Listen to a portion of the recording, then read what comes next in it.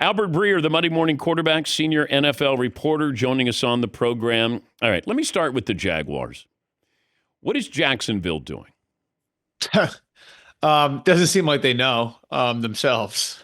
You know, I think the fact that the owner isn't around a lot probably affected this process. And I think he wanted somebody to help him. Shad Khan did with the coaching search, which I think in the past has been why you've seen a bunch of half measures. In the decade and a half that he's owned the team, he's only done a clean sweep once, despite a lot of losing, and that was a long time ago.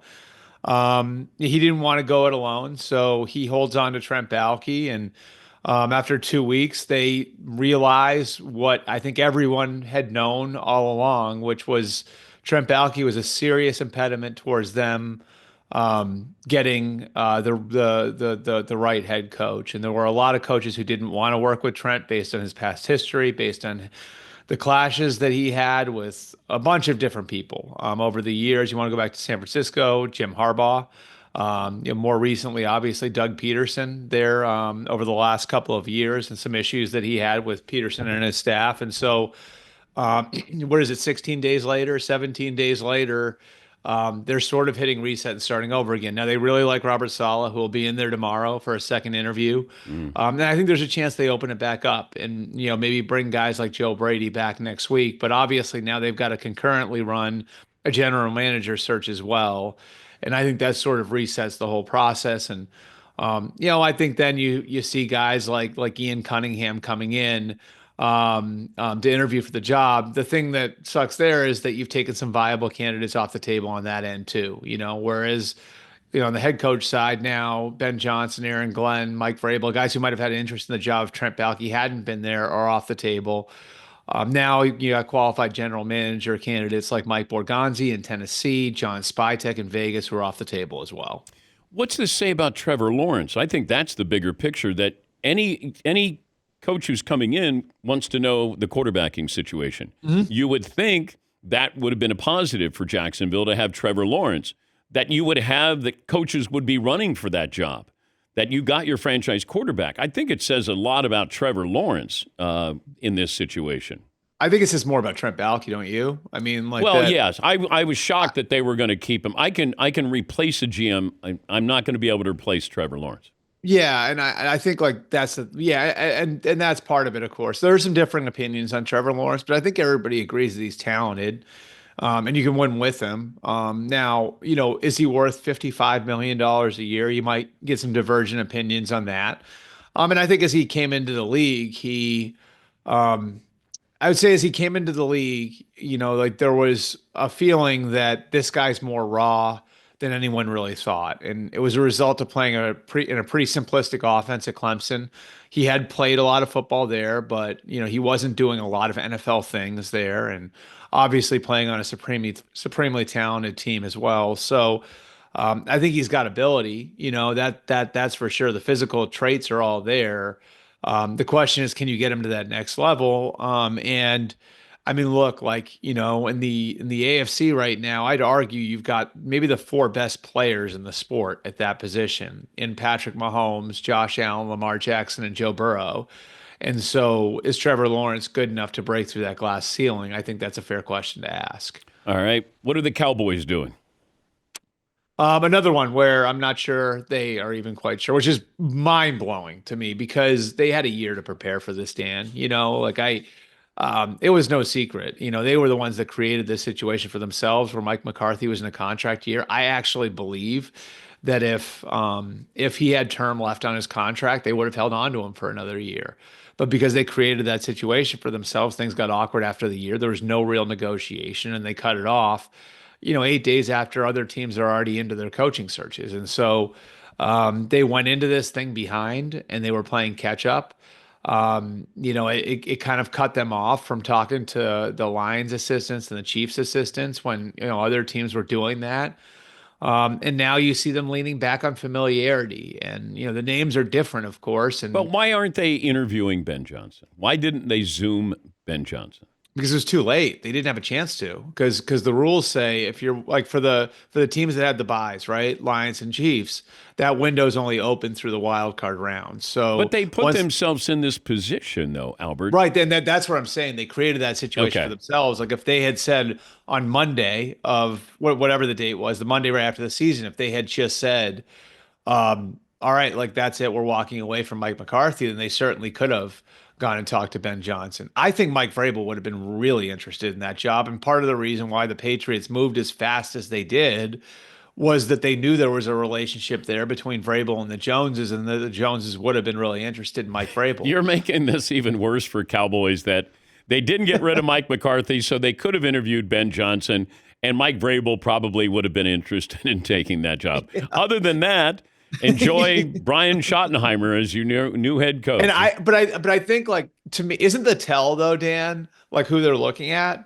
Like, what do you do if you're really lost? You'll lean back on familiarity, right? Deion Sanders, Kellen Moore, Brian Schottenheimer, Jason Witten. Yeah. Like the names that you're hearing here are all names they're familiar with, which is exactly what you would do if you didn't have a plan, right? Like so it's I don't know. I mean, like looking at where that team is, they're in a funky spot from a contract standpoint. Obviously, they just signed Dak and CeeDee Lamb. They're in for another big one this offseason with Micah Parsons, and that's going to be a big box decision. I think waiting on him, now he's going to ask for $40 million a year. And, I'd say as a player, he's certainly worth it. So they're in this weird spot from a team standpoint. And like now you look at where they're at. I mean, is the answer for them what they did in 2007 when they brought back Jason Garrett, and Jason Garrett was sort of the coach in waiting, and then they had Wade Phillips as the experienced hand there. Is that what they're going to wind up doing with Brian Schottenheimer and Jason Witten? Are they going to go back to the well with Kellen Moore, which would kind of be what the plan had been a few years ago, that Kellen Moore would be the future head coach of the Cowboys? Do they really take a swing and do Deion Sanders? I mean, all the names you're hearing now are names they're familiar with, and I just, you do have to question whether or not their thinking has gotten way too insular there. Talking to Albert Breer, the Monday morning quarterback, the mmqb.com is where you can find his articles. The Raiders, Tom Brady doesn't lose very often, but feels like he lost out on Ben Johnson and what that now means. Another organization, hey, we fired the coach, ... and we fired the general manager. And it felt like they were paving the way for Ben Johnson to come in and say, hey, you're going to be able to run this team, and we're going to get a GM that you can work with. But yep, that was certainly happen. Yep, that was certainly the case. And I heard that Brady was enamored with Ben Johnson and really liked the idea of Ben Johnson. And Ben was going to turn down that interview, and Brady making calls and presenting a compelling vision was the reason why he took the interview. My understanding was like Ben really loved the vision that Brady put in front of him when they did have a chance to talk, and Brady made a real run at it. And I think pieces of this are that. The comfort for Ben Johnson being in the Midwest, and his family was very comfortable in Detroit. Chicago is not that much different of a place if you're raising a family, and then finding a comfort level with the front office and with ownership there, and then you wind up landing in a spot that does have a young quarterback in Caleb Williams. So I think Brady was kind of climbing uphill on that one and almost made it, but. Not landing the guy forces you to pivot, and now he goes back into his past and brings in a guy he's really familiar with in John Spytek to help him out. I think that like sort of creates a reset for them a little bit on the coaching search. Spytek's a guy who's, I think, along with Mike Borgonzi, like those two guys were very, very ready the last couple of years. There were a lot of people that were stunned that they hadn't gotten jobs yet. And Spytek's pretty close with Brady. They played together at Michigan, and that's been a little overblown. They didn't really know each other very well then. Brady was the starting quarterback.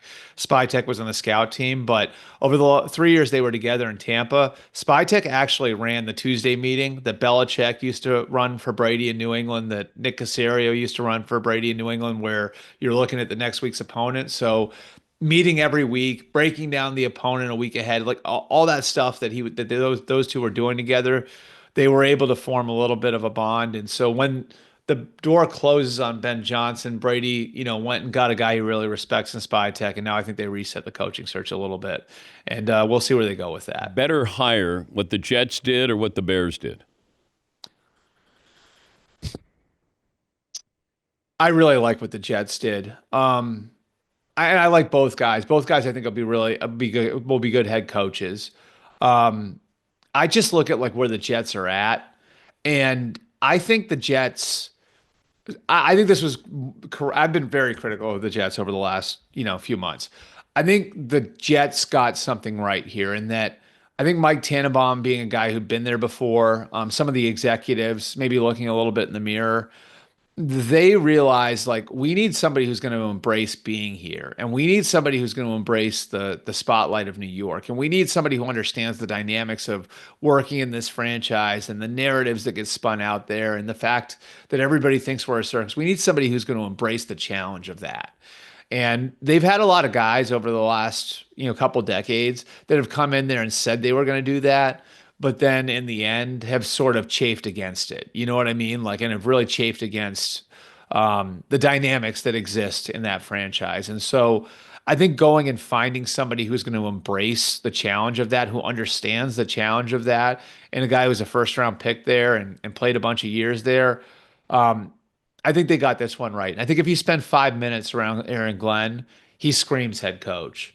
So I really like what the Jets did there. And I look like I think the Bears got it right too. Like I think Ben Johnson's got a great future as a head coach. But I think just as far as like if you're talking about what a franchise needs, I think the Jets got exactly what they needed in hiring Aaron Glenn. What about the Saints? Yeah, that's another one. Like they've sort of leaned on familiarity a little bit there. Like the snowstorm has affected some things. They're gonna have Anthony Weaver back in there. They're trying to get Mike McCarthy in over the weekend. This one sort of seems like it might be McCarthy to me.